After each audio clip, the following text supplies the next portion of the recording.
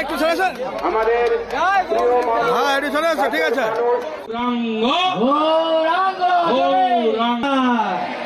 হরে কৃষ্ণ কৃষ্ণ কৃষ্ণ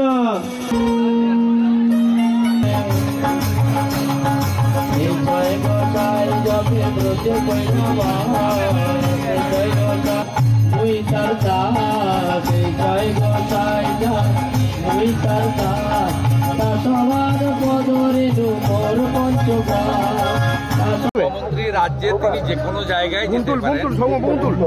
আমরা ভারতীয় হিসেবে প্রত্যেকে জায়গায় যেতে পারি, এটা নিয়ে কোনো সমস্যা নেই।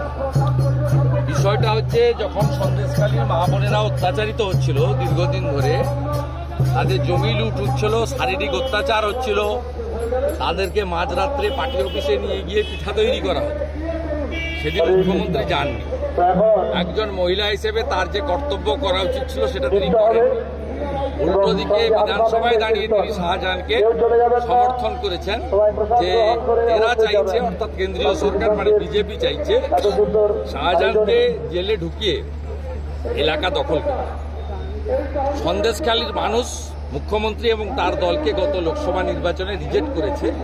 রেখা পাত্র ৭,০০০ ভোট লিড পেয়েছে সন্দেশখালীতে।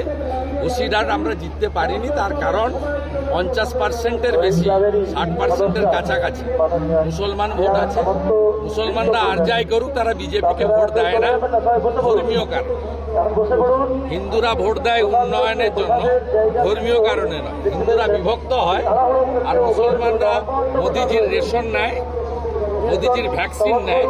ভোটের সময় আমাদেরকে হিন্দুদের পার্টি বলে। উনি লোকসভা ভোটেও টিএমসি করেছেন। উনি প্যারা টিচার সংগঠনের টিএমসির নেতা। তিনি আমাকে 5 দিন আগে একটা হোয়াটসঅ্যাপ মেসেজ করেছেন, আমার কাছে গোছানো আছে। বলেছে আমি চাপে পড়েছি। আমি ওনাকে বলেছি আপনি নিজের সিদ্ধান্ত নিতে পারেন, তবে হিন্দুদের ক্ষতি হবে এমন কোনো কাজ করবেন।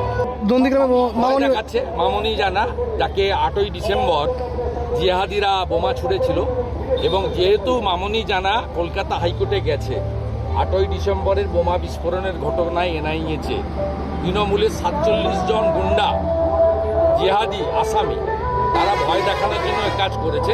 মামনির উপর এই আক্রমণ আগেও হয়েছে। মামনির স্বামী অবসরপ্রাপ্ত সামরিক কর্মী। মামনিরা রেখাপাত্ররা ভয় করার মহিলা নয়। এদের 1000 টাকার লক্ষ্মীর ভান্ডার দিয়ে কেনাও যায় না। ভুল জায়গায় হাত দিয়েছে। দাদা কাঁথি সমবায় নন্দীগ্রামের হিন্দুরা মমতাকে হারিয়েছে। অভিজিৎ গাঙ্গুলিকে 8000 ভোটে লিড দিয়েছে নন্দীগ্রাম থেকে। একটাও হিন্দু নন্দীগ্রামের মমতাকে এবং তার পার্টিকে, এটা মুসলিম লীগ, তৃণমূল মানে মুসলিম লীগ, তাকে কেউ ভোট দেয় না। হিন্দুরা দেবেন।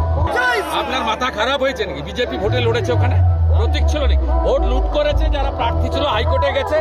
হাইকোর্ট বলে দিয়েছে সিসিটিভি ফুটেজ আর শেয়ার রেজিস্টারের সই, একটা ব্যালটের একটা পাটে সই, সব মুসলমানদের নিয়ে গিয়ে ভোট করিয়েছে।